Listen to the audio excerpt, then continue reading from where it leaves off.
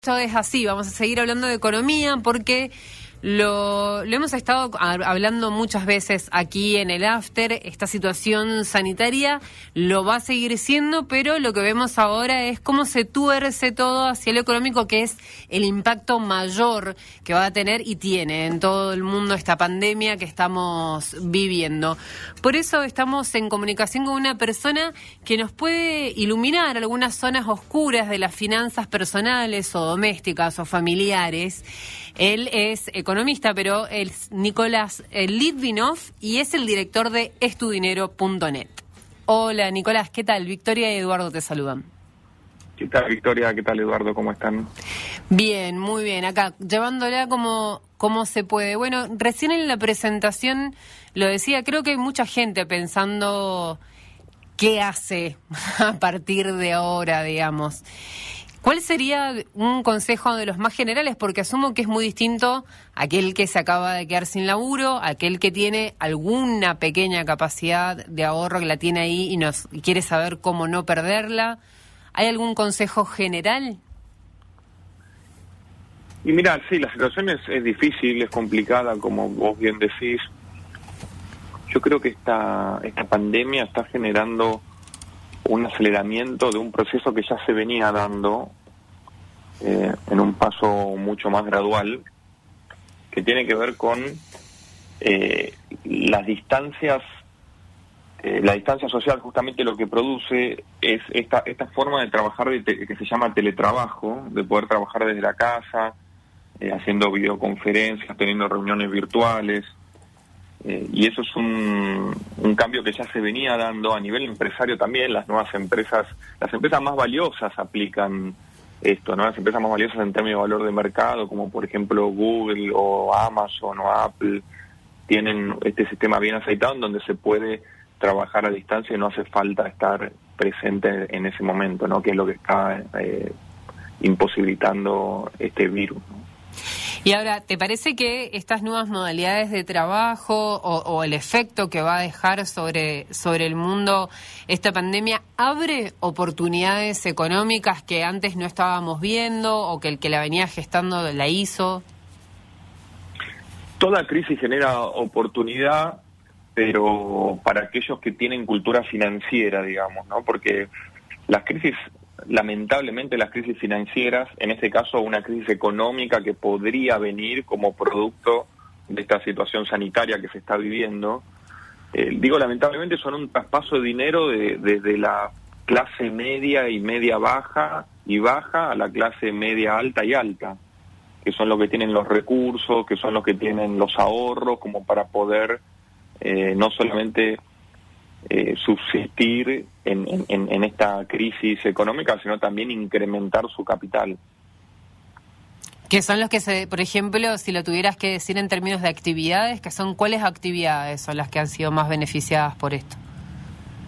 Bueno, como decimos anteriormente, los que ya se venían dedicando a lo que es el e-commerce o el comercio a través de Internet o producir a través de Internet, lo que son servicios digitales, pero incluso empresas de la economía tradicional que habían empezado a vender parte de su producto, o sea, a colocar parte de su oferta a través de Internet, fueron los más beneficiados y van a seguir siéndolo. Por ejemplo, en Estados Unidos la empresa Amazon es un caso emblemático de una empresa que en el medio de esta pandemia, donde la gran mayoría de las empresas están teniendo recortes en sus ganancias, sí, sumaron gente importantes y otras se están fundiendo, incluso Amazon y otras empresas como Netflix, por ejemplo, están viendo incrementado su patrimonio, y hablar de Zoom, que es Zoom Technologies, que es una empresa tecnológica, la de las plataformas Zoom, que también sus acciones se multiplicaron varias veces en los últimos meses, y tiene que ver con nos está marcando un poco lo que es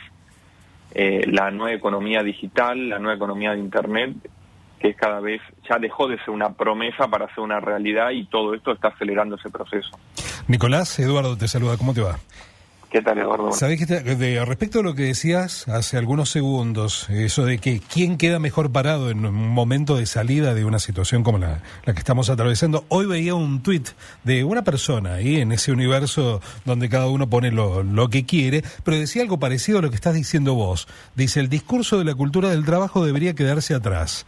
Lo que necesitamos todos es cultura financiera, saber cómo se mueve el mundo y que no lo sepan unos pocos, dice. Lo que yo digo es que la cultura financiera, la cultura económica es muy importante, ¿no? En la gente, y eso se va a ver ahora, porque en la crisis justamente el tener una cierta cultura económica te puede hacer tener una buena lectura de lo que está pasando y si es momento, ¿no? Por ejemplo, de invertir en ladrillos o invertir en plazos fijos, que son las dos inversiones más populares del país, por lo menos donde invierte te diría más de 3/4 de la población que puede invierte en ladrillos, o sea, en departamentos, en casas, en construcción, o plazos fijos, ¿no? Plazos fijos bancarios. Esas dos inversiones, yo no creo que haya en este momento un analista económico que diga que van a ser buenas inversiones de acá a 2 años, por ejemplo. Los plazos fijos están en un nivel muy bajo con la inflación o con la escapada del dólar paralelo que estamos teniendo. Las propiedades se convirtieron en un activo muy ilíquido en este momento, que no se puede vender, que es difícil desprenderse, o sea que no se sabe bien dónde están los valores, los precios del metro cuadrado, porque el publicado es un 40-50% más de lo que con suerte se puede llegar a terminar pactando una operación. Claro, aparece la gente con la plata y, digamos, se hace la operación con la plata que sea. Exactamente, ¿no? Nicolás, y si tuvieras que decir en qué sí conviene invertir, por ahí pensando en las personas que tienen a lo mejor un comercio, que lo han cerrado, que saben que tienen que dar una vuelta de timón para algún lado, ¿en qué dirías que sí conviene en estos tiempos invertir? Yo creo que estamos pasando un momento muy complicado y muy difícil para pronosticar en el corto plazo, porque estamos viendo un momento histórico que es una pandemia, y ninguno de los que estamos hablando hemos vivido una anteriormente, porque la última en serio fue hace más de 100 años.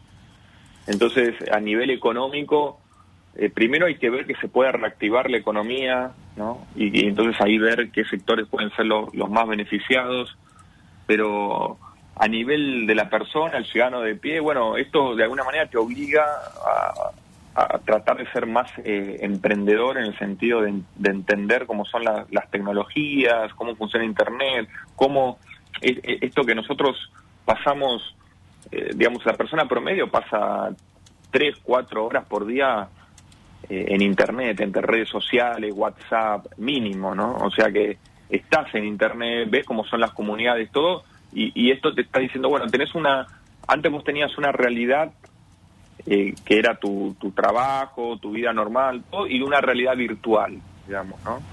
Ahora está la posibilidad o la necesidad de tratar de monetizar también esa realidad virtual, que se puede hacer porque mucha gente lo está haciendo, de trabajar en Internet o en cosas relacionadas con Internet, que puede ser desde el e-commerce hasta algo más desarrollado, ¿no?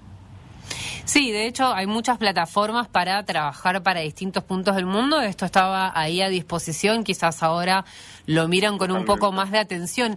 Leía también tu opinión sobre lo que tiene que ver con el Bitcoin o la digitalización del dinero en términos más generales. ¿Crees que esto es un rumbo que se ha acercado o que está en el mismo, al menos a mi parecer, ¿no?, el mismo estado lejano en el que lo encontrábamos antes? Mira, en términos de aplicación, yo creo que tiene un crecimiento gradual. Eso se ve en algo que se llama el hash rate, que es la cantidad el volumen de transacciones, o de alguna manera la cantidad de energía que usa la red de Bitcoin en el mundo. Uh-huh. Y eso va en aumento. De hecho, ahora están en niveles muy altos, y el precio también del Bitcoin viene aumentando considerablemente, porque en estos momentos en donde de repente esta pandemia hace que los estados tomen medidas que para algunos pueden ser arbitrarias o no, pero que están muy presentes tanto en la economía como en el sistema financiero y todo. Tener un sistema que es el Bitcoin y los criptoactivos en general, que es un sistema totalmente diversificado y descentralizado, que no necesita pasar por la autorización de un país o de otro para hacer una transferencia de un lugar al otro. Se puede transferir Bitcoin desde Japón a la Argentina en 10 minutos y por $2, digamos, ¿no? O menos incluso. Entonces eso hace que sea una opción interesante, me parece a mí, para invertir. Ahora justamente, no sé si estaban al tanto, pero en un par de días, creo que faltan algo así como 10 días o menos, hay un acontecimiento importante en la comunidad Bitcoin que es el halving, que es un recorte a la mitad de la cantidad de Bitcoin que se emiten por día. Ese recorte se da cada 4 años. ¿Qué significa ese informe? Y significa que el Bitcoin tiene una cantidad limitada de emisión, ¿no? Contrariamente a lo que está pasando, por ejemplo, ahora con el dólar en Estados Unidos, con el peso en la Argentina, con el euro en Europa, que se está emitiendo una cantidad importante para tratar de salir de esta crisis. El Bitcoin ya por protocolo de su creación tiene una cantidad limitada. Se van a emitir 21 millones de Bitcoin en total. Esa va a ser la base del Bitcoin, 21 millones de Bitcoin, la base monetaria, digo, que después hay que ver cuánto vale cada uno, pero no se van a emitir más Bitcoin, o sea que es una moneda deflacionaria. Todo lo contrario a la moneda inflacionaria, que el mismo dólar es inflacionario porque el valor del dólar fue cayendo muy fuerte en los últimos 80 años. Si vos ves lo que se compraba con un dólar hace 80 años y lo que se compra ahora, ves la inflación en dólares implícita, ¿no? Entonces, esto hace que el Bitcoin sea una alternativa muy buscada para justamente escapar de las inversiones que tienen que ver con el riesgo de inflación, con el riesgo de deuda. El Bitcoin no se puede endeudar porque no es un gobierno. Entonces, presentan muchas singularidades que se vuelven muy atractivas y que la gente de a poco yo creo que empieza a entender y aceptar. Y hay mucha expectativa por esto que va a pasar ahora, que pasa cada 4 años, que es el halving, y que generalmente vino precedido de una suba de precio interesante, ¿no? Por lo menos eso es lo que sucedió en las últimas 2 ocasiones, las únicas que tuvo en la historia, y que muchos analistas pensamos que se puede repetir ahora. Claro, pero igual lo que leía sobre el Bitcoin también tiene que ver con que es imposible que se masifique al todo, digo, no va a reemplazar nunca todo lo demás. Claro, lo que vos llamás, lo que vos decís, digo, se llama adopción, ¿no? Porque se puede adoptar como, por ejemplo, algo que se masifica, que es el uso de Facebook o de WhatsApp, ¿no? Porque el dinero también no deja de ser un medio de comunicación en algún sentido. Sí. Puede ser que no se masifique. De todas maneras, hay una discusión sobre si el Bitcoin se puede convertir en una moneda digital, o por el contrario va más hacia lo que es una reserva de valor al estilo oro digital, ¿no? Por ciertas particularidades que tiene parecidas al oro, que tiene que ver con la escasez, en el sentido de que hay una cantidad limitada en el mundo, ¿no? Que no claro, se puede que finito. endeudar. Exactamente. Y después tiene, otras particularidades que tienen que ver con cómo está diseñado, que se llama el white paper, que es lo que de alguna manera el protocolo del Bitcoin, que sería la programación que tiene el Bitcoin, que tiene una mezcla de lo que es conocimientos fuertes de sistema, de criptología, de encriptamiento, pero también de finanzas, de teoría de los juegos, que tiene que ver con la economía, y que está muy bien orquestado para crear, esto que decimos, ¿no? Estas particularidades que tiene el Bitcoin de ser totalmente descentralizado, resistente a la censura, o sea que no se puede censurar. La única forma de prohibir el Bitcoin sería cortar internet, digamos, ¿no? Que sería algo totalmente impensado. Que ni lo intenten ahora porque la gente se volvería loca. Exactamente, imagínate más ahora con lo importante que es para sobrellevar el día a día en cuarentena. Olvídalo, sí, por supuesto que sí. Nicolás, muchísimas gracias por tu tiempo y que tengas un buen resto de cuarentena. Gracias igualmente, gracias por el llamado. No, a vos.